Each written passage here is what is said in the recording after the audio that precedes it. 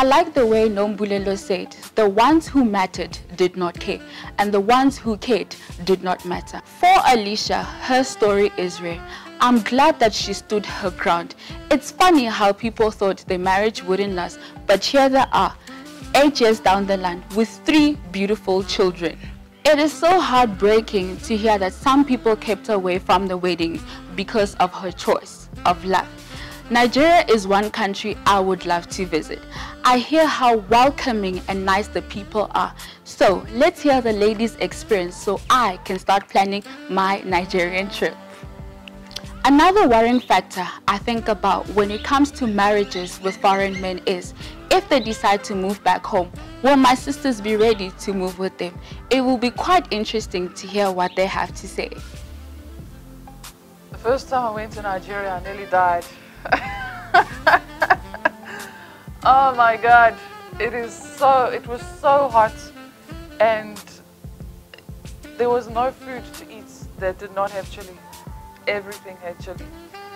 I nearly died because I'd never eaten chili before like that in my life. So I think my body changed after that trip. All of a sudden I could eat chili by the end. Nigeria is the most beautiful place that anybody can go to, and everybody on this earth must go there before they die, because the people are so amazing, the people are so welcoming, and what is really, really nice is that the people are genuine. They always say, oh, that Nigerians, they're the biggest scam artists, blah, blah, blah, but actually that's not true. They're just honest about what's going on everywhere else in the world. So I would recommend that everybody goes to Nigeria, because the food is amazing, the people are amazing. Yeah, there are some things that are not nice, like the traffic, but it's worth it. Have I ever been to Nigeria? Yes, I have, a couple of times. But the first time I went to Nigeria, surprisingly, was not with my husband. It was with my best friend. And you can imagine, not my family, but some people would say, oh my God, you went to Nigeria with someone you don't know.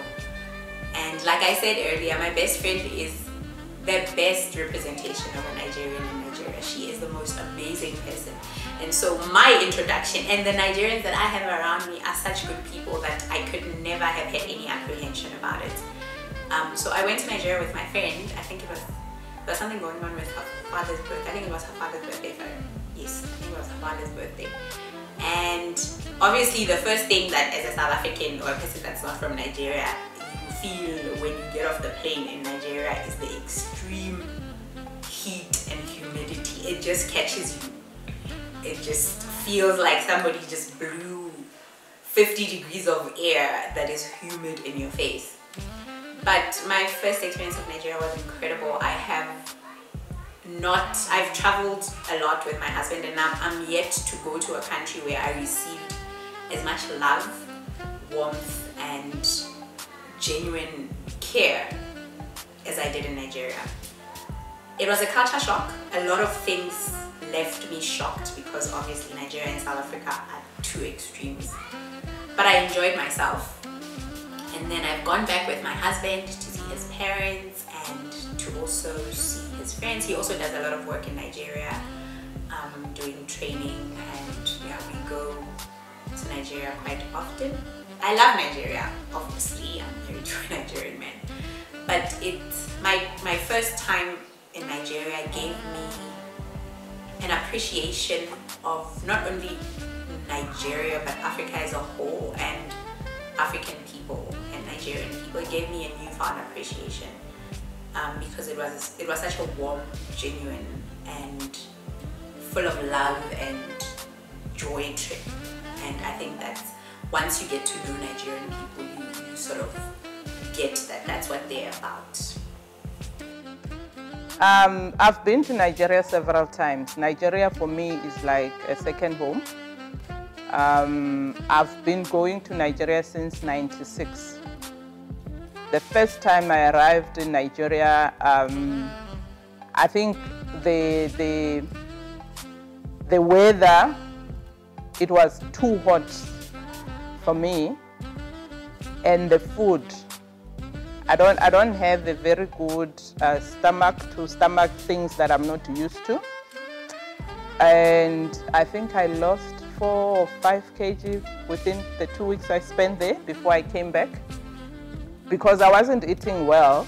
And the first time I ate, the food was too spicy, and I was afraid to say, no, I can't eat this, I can't eat that, and then I'll force myself to eat, and my lips were swollen from the pepper. But other than that, I got used to it, and I tried to eat what I'm familiar with. So I ate a lot of rice, a lot of bread, and I could stomach yam and eggs, and I loved plantain. So I think the experience was good. And from there, it just became better and better, because I go to Nigeria every other year. Sometimes I can go 2 or 3 times in a year, depending if there's family functions and stuff like that to be attended to. But I also had these, I also believed that I have a responsibility to make sure that my kids understand where they come from. So I make sure that every other year, if not every year, I take my kids to Nigeria.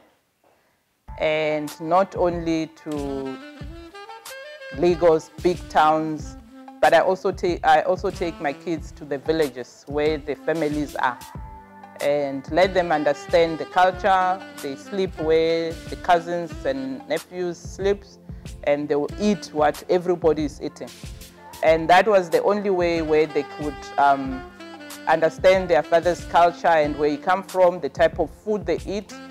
And now they are old and they appreciate that, and they can eat anything. They can eat Nigerian food more than me. My favorite Nigerian food. I think there was a time when I was crazy about bitter leaf soup, but that time is over. So I don't have a favorite. I think the question you should be asking me is, what Nigerian food do I not eat? Because I love Nigerian food.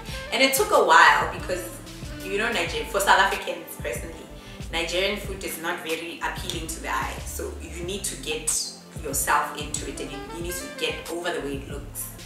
But once you get over that, it's amazing. And by the way, I think, no, I don't think, I know, I am the best jollof rice maker in South Africa, a South African person. Even some Nigerian people, I think I make better jollof rice than some Nigerian people. Jollof rice, and I'm now getting into the ofada stew sphere now, and I think my levels are going up. But yes, I love jollof rice. I can cook jollof rice, very good jollof rice. Coconut rice, I'm getting into ofada these days. I make very good okra. I think one food that is not really my favorite would be beans. I'm sorry to my husband, because that's his favorite food, but like, I just can't do beans. I've tried, it's been 10 years I've been trying, but I just can't. But yes, I love Nigerian food. I can cook Nigerian food, and we eat Nigerian food in this house a lot. My kids actually don't even like South African food, so yes. Like I've said, I don't have a very easy stomach. So what I did from the beginning was to try and create my own Nigerian South African cuisine. So I cook Nigerian food in my own style. I can cook jollof rice, I can cook fried rice, I can do plantain, I can do cow legs, but in my own recipes, which a lot of Nigerians have now developed to like more than their own recipes. So I cook Nigerian food well, and I can serve Nigerian community, and they can enjoy that. But because of my stomach, it's not everything that I can eat. I can eat the jollof rice, fried rice, plantains, yam, fried chicken in a light pepper soup. And I also like, from the pubs, I think I like the eba and vegetable soup. What is my favorite Nigerian food? There are too many foods to choose from, but the food that I cannot stay away from, and I know it's not a meal, but it is a food, it's plantain. Fried plantain. I cannot, I always tell my husband I can't stop. It's the only food where I cannot stop. But I do like okra soup, and I can make a variety of soups, also different types of rice, but surely the best food on a Sunday would be rice and stew with fried meat. And I can cook all of them as well. Look, I enjoy Nigeria. Every time I visit Nigeria, I normally enjoy it, but I make sure that I don't stay for too long, so 2 weeks max, because of the weather. Of course, it's hot, and it's also expensive to live comfortably. If you just want to live, then it won't be interesting. But if you want to live comfortably, then you enjoy it. So if my husband wants to move back to Nigeria, I'll make sure that he can afford it so that we can all be comfortable. If my husband wanted to move back to Nigeria, I would be quite excited because of the East. So because of the food, and because you're not dealing with so much refined food, you're dealing with organic foods, you're dealing with like real people, I think I would be quite excited. The only thing that I would make sure is that we've got constant supply to power. That's about it. I know he's not going to decide to go live in Nigeria, but if he does, because he hates the heat in Nigeria, there is one thing that my husband has consistently said in the past 10 years that we've been together. It's like, man, the weather in South Africa, natural aircon. So I know he's not going to leave South Africa, but if he were to decide to leave South Africa, I'd leave with him. We've discussed leaving South Africa, but not to Nigeria. But if he wanted to go to Nigeria, obviously we have a family, so he's been here for this long without his own family and not in his country, so I might as well do the same and go. But he'd have to do a heck of a lot for me. I'm not going to be sitting in a hot house. So he needs to spend his money on petrol for generator. Make sure 24 hours a day, aircon, a driver. I'm not going to sit in that Lagos traffic. Oh no, I'm not doing that. But I would do it. I'd do it. I love him that much. And we have 3 kids. Where am I going? Why would I let him go? So I'd go with him. I wouldn't even think twice about it. Nombulelo has challenged every woman married to Nigerian men, even Nigerian ladies, that she is the best jollof rice cook in South Africa. Well, we have all heard from the ladies that they will move back to Nigeria with their husbands. That's if they decide to move back home. This is one aspect that worries my sisters and our parents, I must tell you. Honestly, for me, Nigerians and South Africans should unite and have a great relationship, because to a large extent, Africa will benefit from the unity of these 2 great nations. As citizens of both countries, we need to start finding ways to have better social cohesion and start building great citizen-to-citizen relationships. I'm sure that our Nigerian queens can give great input to this. Special moments such as these present special opportunities for messages. Let us hear the special messages they have for their husbands, as well as those of their husbands. You should have taken this question off of your list, because I told you with pride and now regrets that I do not speak any Nigerian language, and I am married to an Igbo man, so one word can have 4 or 5 different meanings. And there lies the problem, is that if you don't get the sound right, it's not going to be the word that you want to say. In my defense, I have made sure that my kids can speak the Igbo language, so they have got access to apps where they are learning the language. I will surely work on this, definitely, but for the moment I cannot speak the language. My husband is from the east of Nigeria, and he is a Biafran. Where in Nigeria my husband is from? My husband is Ogun, but he keeps telling people he's from where are you? Ibadan. But he's Ogun. And Nigerian words, Emma Binu, I'm sorry, Shetijeon, did you eat, have you eaten? What else? That's all I can think of right now. But I know a lot, but yes. Okay, my husband is Yoruba. He comes from Ogun State. The family is in Abeokuta, but they've lived in Lagos.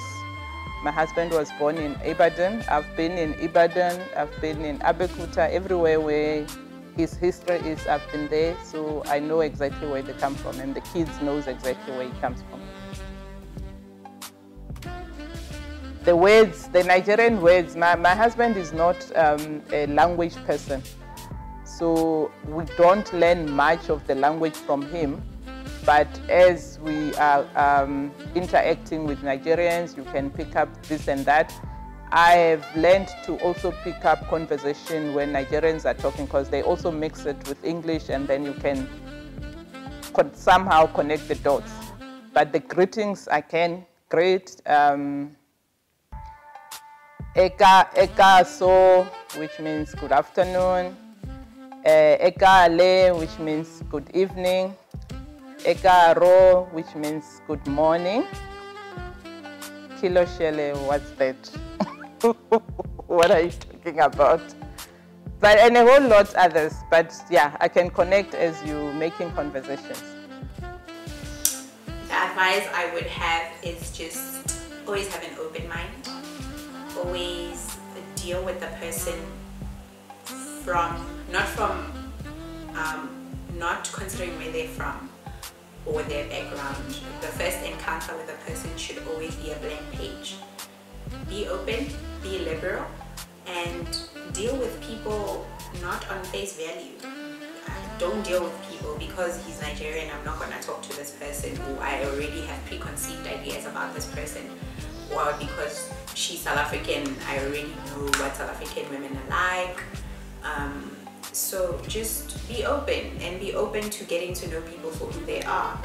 And I think if that is the way we all deal with each other and have encounters with each other, then we would live harmoniously with each other.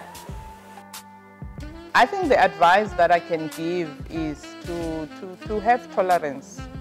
You know, give each other a chance to prove that they can do right before you assume that they are going to do wrong. I know there's a misconception that when you talk of Nigerians, and immediately people think of drugs, of prostitute, of all the bad things, yahoo. But I think it's better to give people benefit of a doubt, because there's a lot of good Nigerians out there. There's a lot of Nigerian professionals who are not into bad behavior, but because everybody is painted with the same brush of paint, then it becomes difficult to prove yourself.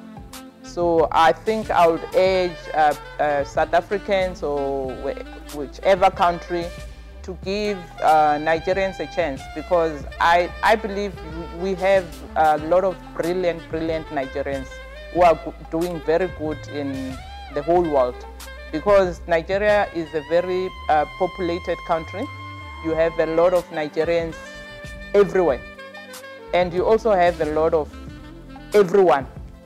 So when people say they are doing bad things, they are those who are doing bad things, but there's a lot of those that are doing good, who needs to be given a chance to prove that.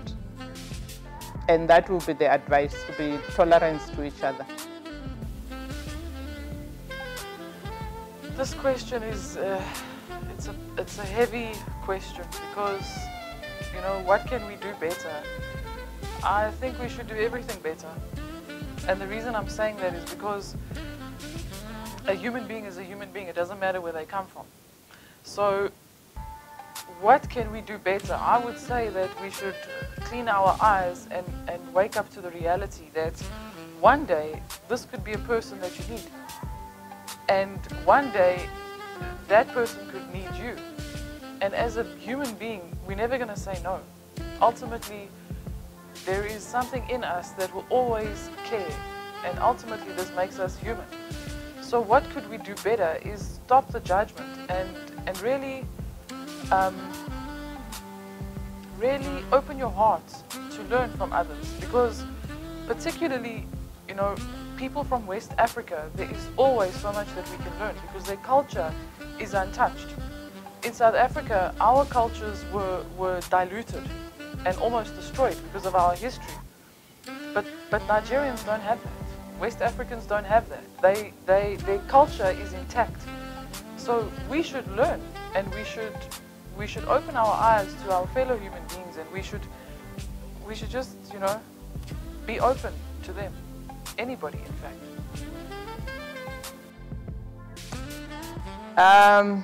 The special message, 2021 March, we are going to be married 25 years.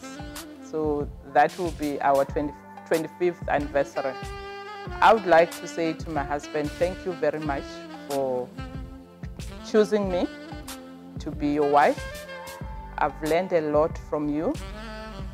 I've grown with you because I was still very young when I met you, and now it's almost 25 years.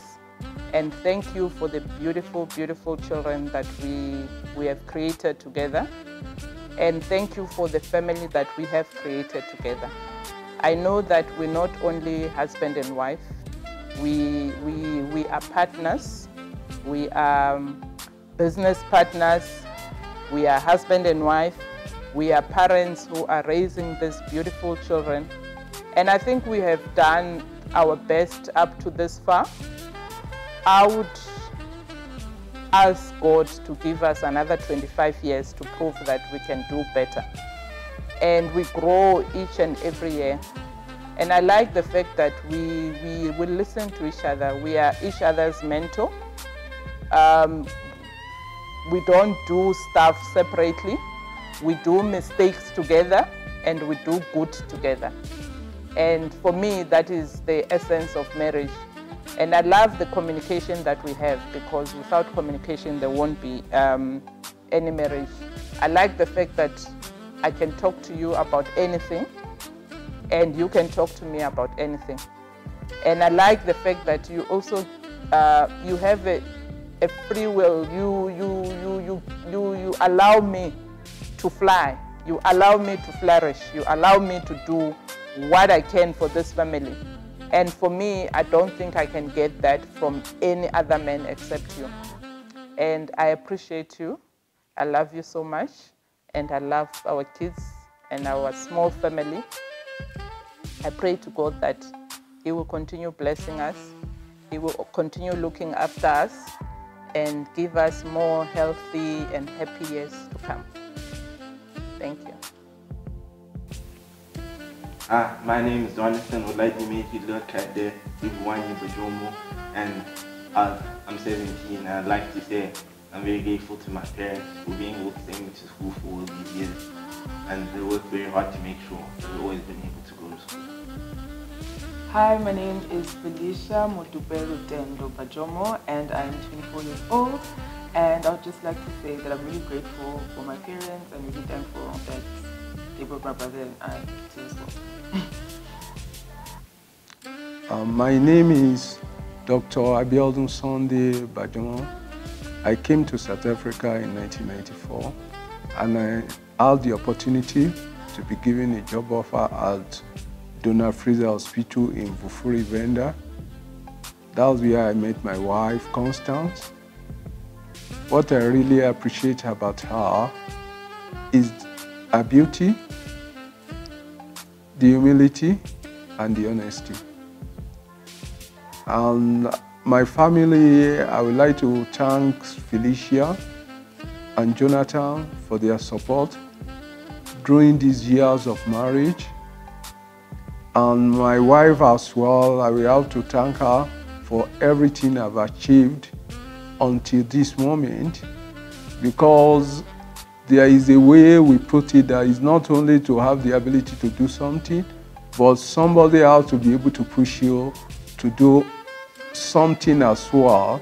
And I can say categorically that all the things I've achieved in South Africa, if it's not because of her, I wouldn't be able to achieve. She can push, and she knows how to push. That's why I can certainly say that. Thank you very much. A special message to my husband and my children. For my husband, I want to say thank you, because if we had to go back and if he had to choose me based on the record, so what is the record? He should have said no. He should have said no. This is not a good candidate for the 10,000 available reasons. And he was able to look past all of that, and he was able to see who I am. And the special message that I would want to give him is just thank you. Thank you for choosing me, and thank you for believing in this life that we've got today. You believed in that life, and we're living that life, and for this I'm so grateful. For our children are special because they are obviously a mix of us, and they need to understand that they carry power from different worlds. It's not as if you have kids from just one place where they carry the power of only one place. Our kids carry the power of two places, and with that comes responsibility. When they go into the world, I hope that they will use this amazing gift of power to make everything around them better. Better for the people that are around them, and better for the people that are everywhere else in the world. So that would be my special message. Special message for my husband and children, Gideon, Maya, Shade, and Amani. I just want to tell you guys that I love you. I love that you're all Nigerian and I'm not. It's fine, but I love you guys, and I enjoy living this life with you, and I hope you guys never ever doubt that I love you, and I would fight for you. Hey, I would fight for you, and I would live with you. I would live with you, but I love you, and you mean the world to me. Oruka mini Fola Shade Abigail Ogongo. Oruka mini Maya Ololade Ogongo. Oruka mini.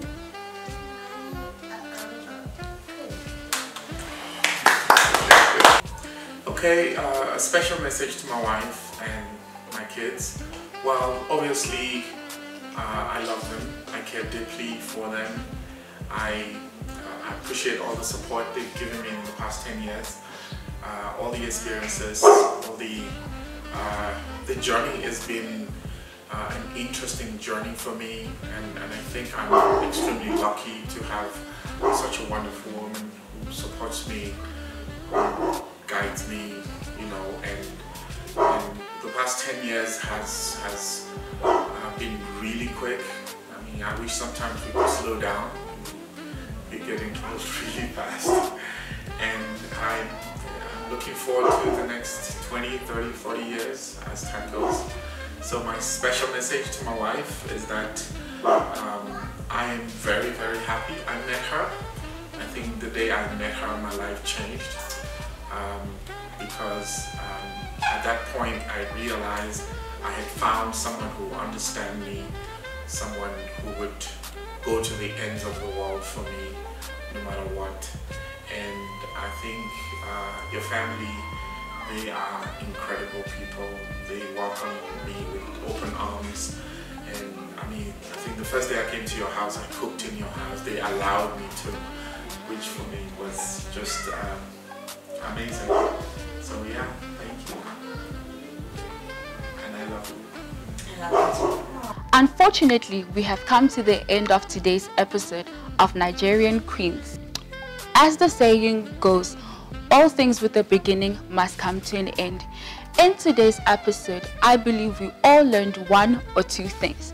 My name has not changed. I still remain Matome Maribe, proudly South African, the Rainbow Nation.